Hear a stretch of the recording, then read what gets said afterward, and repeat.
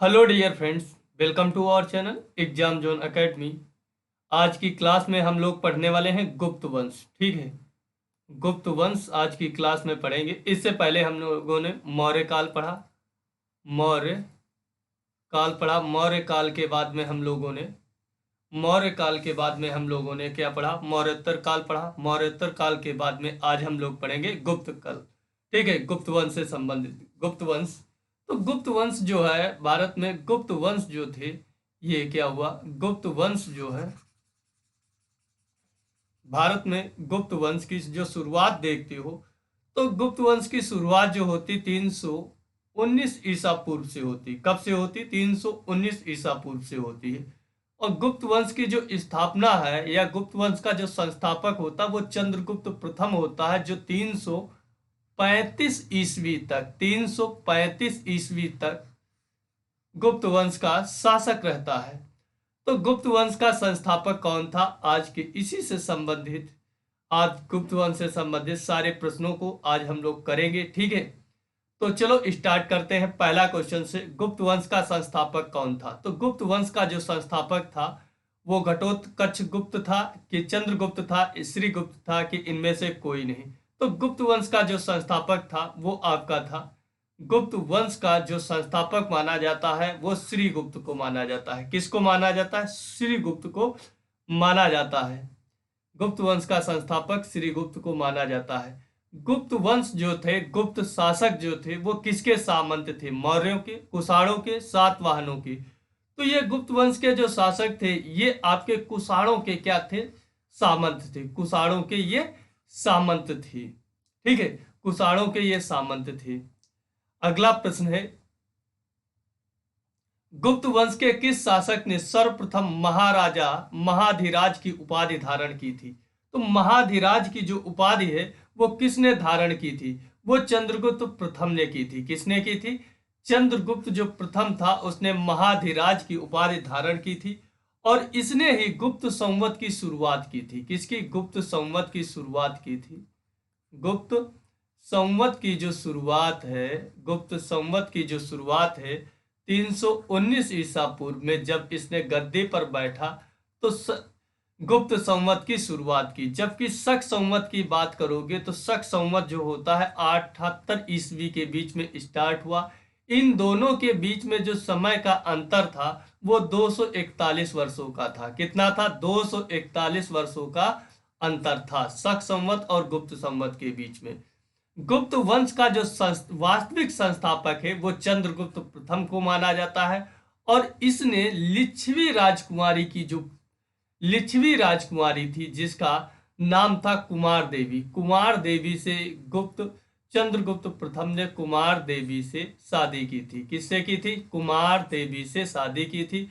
और इसने चांदी के सिक्के जारी किए थे। किसके? चांदी के सिक्के इसने मुद्राओं का प्रचलन किया था। ठीक है, तो गुप्त वंश के किस शासक ने सर्वप्रथम महाधिराज की उपाधि धारण की थी? वो चंद्रगुप्त प्रथम ने धारण की थी। चंद्रगुप्त प्रथम ने गुप्त संवत की 319 से 320 ईस्वी में स्टार्टिंग मतलब गुप्त संवत को प्रारंभ किया। और शक संवत जो प्रारंभ होता है वो 78 ईस्वी में। इन दोनों के बीच में 241 वर्षों का समय था। इसने चंद्रगुप्त प्रथम ने कुमार देवी से शादी की और इसने चांदी के सिक्के सर्वप्रथम जारी किए। चंद्रगुप्त प्रथम को ने सबसे पहले महाधिराज की उपाधि धारण की और चंद्रगुप्त जो प्रथम था ये गुप्त वंश का वास्तविक संस्थापक माना जाता है। उसके बाद में अगला प्रश्न है, अब इसको सूची 1 को सूची 2 से मिलान करना है। सूची 1 को सूची 2 से मिलान करना है। तो आप जानते हैं प्रयाग प्रशस्ति जो अभिलेख है इसमें समुद्रगुप्त के बारे में जानकारी मिलती है। किसके बारे में जानकारी मिलती है? समुद्रगुप्त के बारे में जानकारी मिलती है। जबकि बीसल षड स्तंभ जो है इसमें कुमार गुप्त के बारे में जानकारी मिलती है। और जो आपका भीतरी स्तंभ शिलालेख है इससे आपके स्कंदगुप्त के बारे में, और जबकि मंदसौर लेख से बंधु वर्मन के बारे में जानकारी मिलती है। तो प्रयाग प्रशस्ति के बारे में किसकी जानकारी? समुद्रगुप्त की मिलती है। और बिलसन अब स्तंभ लेख है उससे कुमारगुप्त के बारे में, और भीतरी स्तंभ लेख से स्कंदगुप्त के बारे में जानकारी मिलती है, जबकि मंदसौर लेख से बंधव वर्मन के बारे में जानकारी मिलती है। उसके बाद में अगला प्रश्न पूछा गया है, गुप्त शासन के दौरान निम्नलिखित में से कौन ऐसा व्यक्ति था जो एक महान खगोल विज्ञानी और गणितज्ञ था? वो भानुगुप्त थे, बाणभट्ट थे, आर्यभट्ट थे, वराहमिहिर थे। कौन थे? वराहमिहिर थे। तो आप जानते हैं गुप्त वंश के समय पे, गुप्त शासन के समय पे क्या थे, एक खगोल विज्ञानी और गणितज्ञ थे, वो थे आर्यभट्ट। कौन थे? आर्यभट्ट थे। तो ऑप्शन नंबर सी क्या हो जाएगा? ऑप्शन नंबर सी क्या हो जाएगा? इसका राइट आंसर हो जाएगा। उसके बाद में अगला प्रश्न है, गुप्त शासकों की सरकारी दरबारी भाषा थी। तो गुप्त शासकों की जो सरकारी और दरबारी भाषा थी वो संस्कृत थी। क्या थी? इनकी जो भाषा थी वो संस्कृत थी। अगला प्रश्न कहा गया है, इतिहासकार B.A. इस्मत ने किसकी विजयों से प्रभावित होकर उसे भारत का नेपोलियन कहा था? तो भारत का जो नेपोलियन कह के पुकारते हैं वो आपके समुद्रगुप्त को। किसको? समुद्रगुप्त को भारत का नेपोलियन कहा जाता है। ये कई बार प्रश्न पूछा गया, 100 बार पूछा गया। कितने? 100 टाइम्स पूछा गया। आप देख रहे SSC में, RRB में, यूपी PCS में, छत्तीसगढ़ PCCS में और BP PCS में, बिहार PCS में। तो ये कथन भी देकर भी पूछा जा सकता है कि B.A. इस्मत ने किसको उसकी विजयों से प्रभावित होकर भारत का नेपोलियन कहकर पुकारा? वो समुद्रगुप्त है। समुद्रगुप्त के बारे में जो जानकारी मिलती है, समुद्रगुप्त के बारे में जो जानकारी मिलती है वो प्रयाग प्रशस्ति, जो इसका प्रयाग का अभिलेख जो है, जिसे प्रयाग प्रशस्ति कहते हैं, तो प्रयाग प्रशस्ति से समुद्रगुप्त के बारे में जानकारी मिलती है। क्या? और इसने क्या किया? समुद्रगुप्त ने 9 शासकों को, उत्तर भारत के 9 शासकों को पराजित किया था। किसको? 9 शासकों पराजित किया था। और इसने दक्षिण भारत के 12 शासकों को पराजित किया था।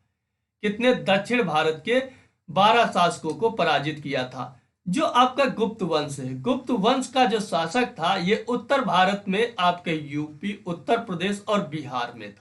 कहां था? उत्तर प्रदेश और बिहार में था। जबकि आपका दक्कन में वाकाटक साम्राज्य था। और पूर्व में बात करते हो तो पूर्व में आपके कौन से थे? वो आपके नागभक्ति। कौन थे? नागभक्त यहाँ के शासक थे। ठीक है। और जबकि उत्तर भारत की बात करते हो, उत्तर प्रदेश और बिहार, यहाँ पर गुप्त शासकों का शासन था। उसके बाद में अगला जो प्रश्न है, गुप्त वंश का वह राजा कौन था जिसने हूणों को भारत पर आक्रमण करने से रोका था? कुमारगुप्त, समुद्रगुप्त, स्कंदगुप्त, चंद्रगुप्त। तो कौन सा शासक था जिसने हूणों को भारत पर आक्रमण करने से रोका था? वो था आपका स्कंदगुप्त। कौन था? स्कंदगुप्त था जिसने क्या किया? हूणों को भारत पर आक्रमण करने से रोका था। ठीक है। भारत पर आक्रमण करने से हूणों को रोका था, वो था स्कंदगुप्त। उसके बाद में अगला जो प्रश्न पूछा गया है, गुप्त राजवंश किसके लिए प्रसिद्ध था? कला एवं स्थापत्य के लिए, साम्राज्यवाद के लिए, राजस्व एवं भूमिकर के लिए, या साहित्य कार्यों का संरक्षण के लिए? तो आप जानते हैं कि गुप्त साम्राज्य, जो गुप्त राजवंश है, वो कला एवं स्थापत्य के लिए प्रसिद्ध था। तो option number A right answer हो जाएगा। उसके बाद में अगला जो प्रश्न पूछा गया है, अजंता कलाकृतियां किससे संबंधित थी? तो आप जानते हैं अजंता की जो कलाकृतियां हैं वो गुप्त काल से संबंधित हैं।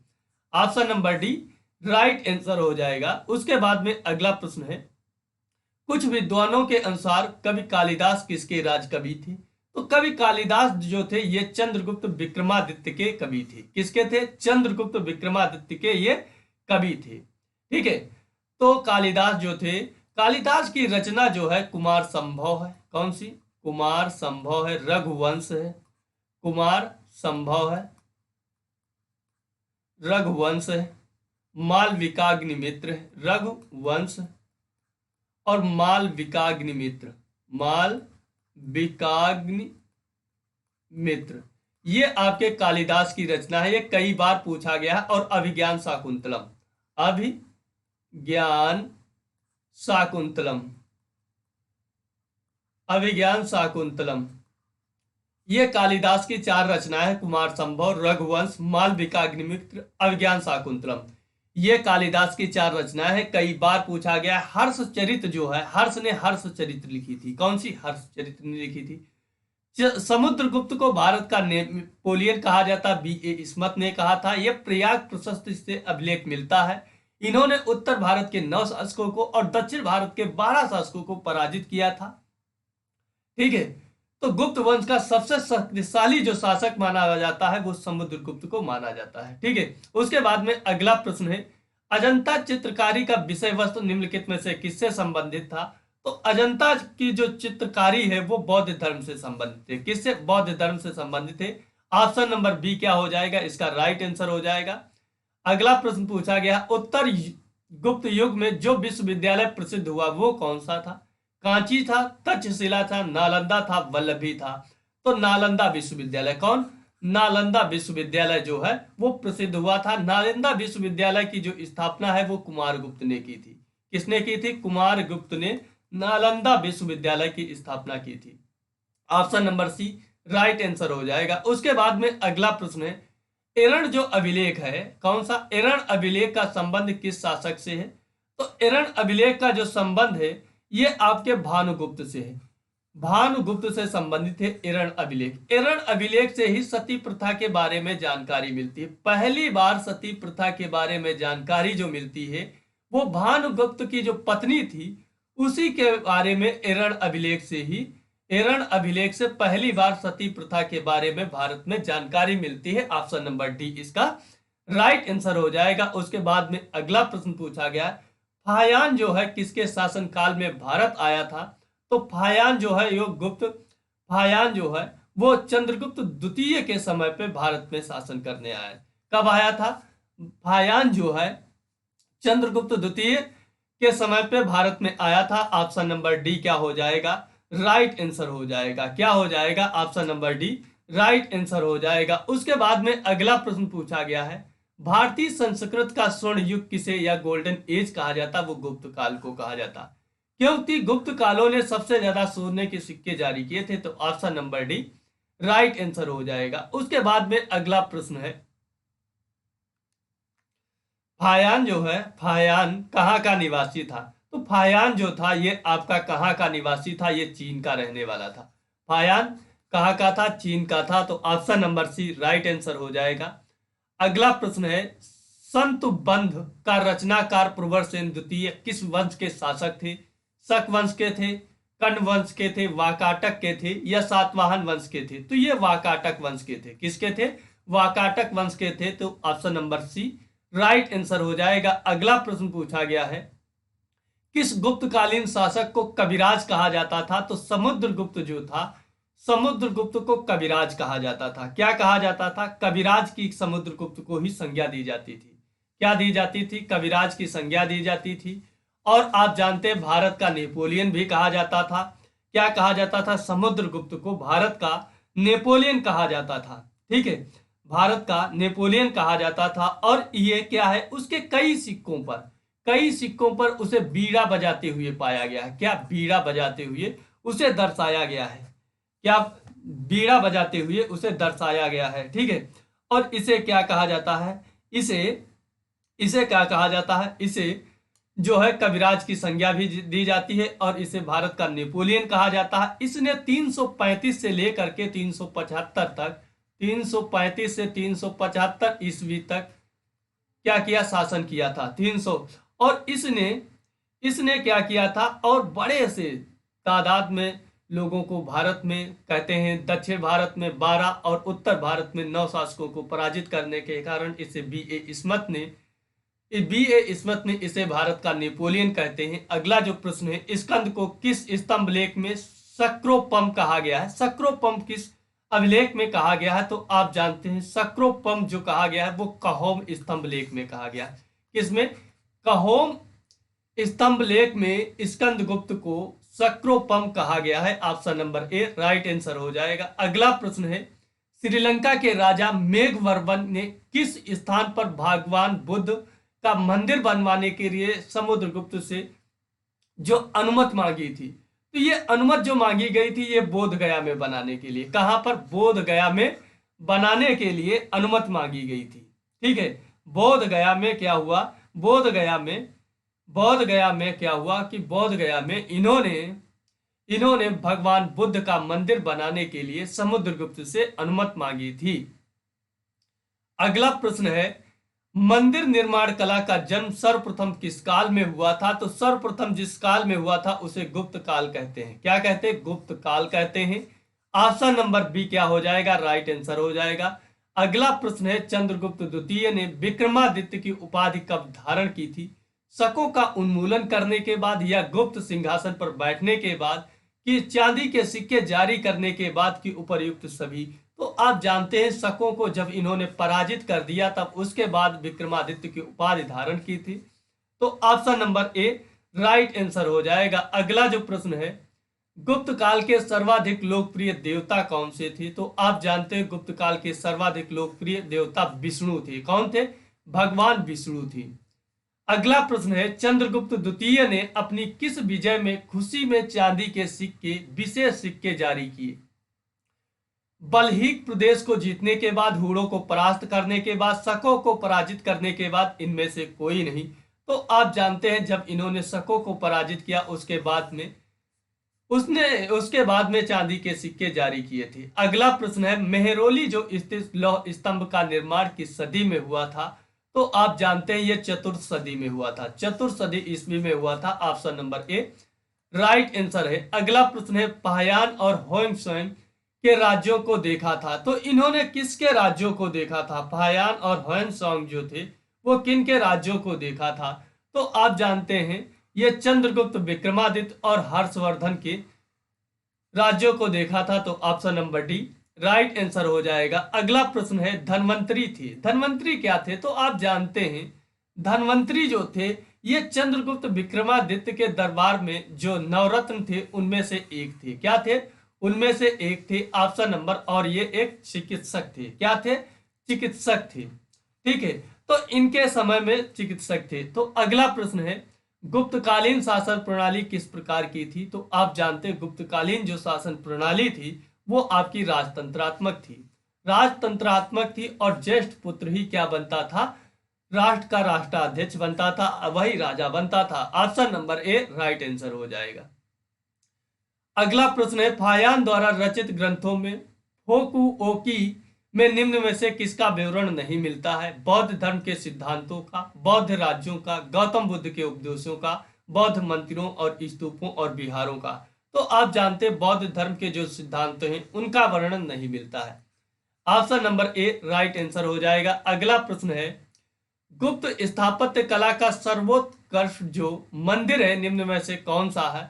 तो आप जानते हैं देवगढ़ का जो दशावतार मंदिर है, देवगढ़ का जो दशावतार मंदिर है ये गुप्त स्थापत्य कला का सर्वोत्कृष्ट जो है वो मंदिर है। Option number B right answer हो जाएगा। अगला प्रश्न है, अजंता की गुफाओं में निम्न किन गुफाओं का निर्माण गुप्त काल में हुआ था? तो किन गुफाओं का हुआ था? तो 16, 17 और 19 नंबर की जो गुफाएं हैं ये गुप्त काल में इनका निर्माण हुआ था। Option number C right answer हो जाएगा। अगला प्रश्न पूछा गया है, अमरकोश के लेखक अमर सिंह किस शासक के दरबार में थे? तो आप जानते हैं ये किस शासक के दरबार में थे? ये चंद्रगुप्त द्वितीय के दरबार में थे। Option number D right answer हो जाएगा। अगला जो प्रश्न पूछा गया है, गुप्त संवत 319 से 320 में प्रारंभ किया था चंद्रगुप्त प्रथम ने। किसने? चंद्रगुप्त प्रथम ने। Option number A right answer हो जाएगा। अगला प्रश्न है, चंद्रगुप्त प्रथम ने गुप्त संवत का प्रारंभ का लक्ष्य क्या था? अपने राज्यारोहण के स्मारक के रूप में, शकों के उन्मूलन के उपलक्ष्य में, हूणों को पराज करने के रूप में। तो आप जानते हैं अपने राज्यारोहण के समय पे ही चंद्रगुप्त प्रथम ने 319 में गुप्त संवत के प्रारंभ किया था। Option number A right answer. Prayag प्रशस्ति अभिलेख का लेखक हरिसेन किस शासक का दरबारी कवि था? तो आप जानते हैं ये किसका दरबारी कवि था? ये समुद्रगुप्त का था। Option number A right answer हो जाएगा। अगला जो प्रश्न पूछा गया है, गुप्त काल को प्राचीन भारत का क्लासिकल युग क्यों कहा जाता है? क्योंकि व्यापार में अभूतपूर्व प्रगति के कारण, कला व साहित्य के क्षेत्र में अपने चरमोत्कर्ष पर पहुंचने के कारण या प्रचुर मात्रा में स्वर्ण सिक्के चलाए जाने के कारण या उपर्युक्त सभी। तो आप जानते हैं कला साहित्य के क्षेत्र में चरमोत्कर्ष पहुंच के कारण ही क्या क्लासिकल युग कहा जाता है। Option number B right answer हो जाएगा। अगला प्रश्न है, सारनाथ की धमेक स्तूप का निर्माण किस काल में हुआ था? मौर्य युग में, कुषाण में, शुंग में या फिर गुप्त शासकों में? तो आप जानते हैं यह हुआ था गुप्त शासकों में। Option number D right answer हो जाएगा। अगला प्रश्न है, गुप्त काल की सोने की मुद्रा को कहा जाता था दीनार, करसापन, निष्क या काकनी? तो आप जानते हैं इनको कहा जाता था दीनार। क्या कहा जाता था? सोने की मुद्राएं जो होती थी उन्हें दीनार कहते थे, जबकि चांदी की मुद्राओं को रजत कहते थे। क्या कहते थे? रजत कहते थे। Option number A right answer हो जाएगा। अगला प्रश्न जो पूछा गया है, कुमार संभव महाकवि किस कवि ने लिखा है? तो वो आप जानते कालिदास ने। जबकि बाण भट्ट ने लिखा था हर्षचरित, हर्षचरित को बाण भट्ट ने लिखा था। जबकि चंद्रवरदाई ने पृथ्वीराज रासो लिखा था और कालिदास ने कुमार संभव, अभिज्ञान शाकुंतलम, रघुवंश और मालविकाग्निमित्र, ये कालिदास की रचना है। अगला है, नालंदा विश्वविद्यालय की स्थापना किस युग में हुई? गुप्त काल में हुई और श्री गुप्त ने की। Option number C right answer हो जाएगा। अगला प्रश्न जो पूछा गया है, गुप्त युग में भू राजस्व की दर कितनी थी? ये भू राजस्व की जो दर थी, उपज का 1/6 भाग लिया जाता था। उपज का 1/6 भाग लिया जाता था। Option number B right answer है। नगरों का क्रमिक पतन किस काल की एक महत्वपूर्ण विशेषता थी? तो आप जानते हैं नगरों का जो क्रमिक पतन है यह गुप्त काल की एक प्रमुख विशेषता है। Option number A right answer हो जाएगा। और इसी के साथ में ये क्लास आपकी समाप्त होती है। और ठीक है, अगर ये क्लास आपको अभी एक क्लास मतलब 40 क्वेश्चंस और होंगे, वो क्लास कंप्लीट करने के बाद ये क्लास गुप्त वंश समाप्त हो जाएगा। उसके बाद में गुप्तोत्तर वंश को पढ़ेंगे। ठीक है, तो आपके भाई की ये क्लास पसंद आती है तो लाइक करना, शेयर करना, चैनल को सब्सक्राइब करना। मिलता हूं नेक्स्ट क्लास में। जय हिंद, वंदे मातरम।